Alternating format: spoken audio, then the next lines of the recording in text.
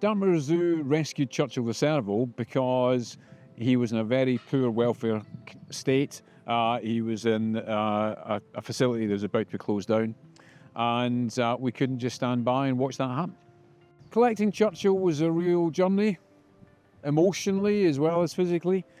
Seeing the situation that he had been living in was difficult, but also it reminded us all of how much of a better quality of life he was going to have here at Dartmoor Zoo.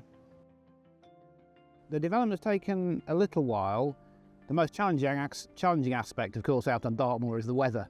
We lost quite a few days to the weather in January and February, but other than that, I think we were probably 5 days in total digging out and concreting, and then the construction of the accommodation was probably around about 2 weeks altogether, including the wiring and insulation.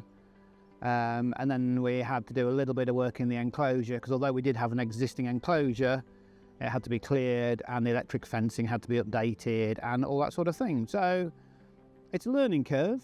Everything always takes longer than you expect, and you've always got to allow for the weather here. I did a bit of a rough count up on how many people had helped to build the Serval enclosure and habitat, and I lost count after about 150.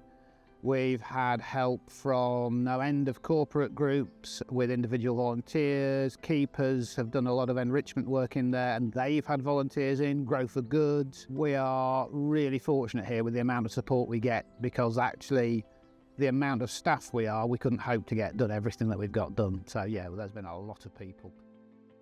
So as a companion animal for Churchill, we wanted to find a female serval. So Port Lim Wildlife Reserve down in the southeast had a female 8-year-old serval called Sabra, and they were really grateful to us offering her a new home. So she arrived just as Churchill was completing his quarantine. We hadn't planned for Churchill's rescue. It was all very reactionary. So it's been an extra demand on all the teams. We had to bring a previously empty enclosure back to life. That cost us money, it cost us time, and it cost us staff effort. So it has had an impact on us. And if you go to our website, you can see that we're asking for donations to help support the cost of maintaining Churchill and Sabra.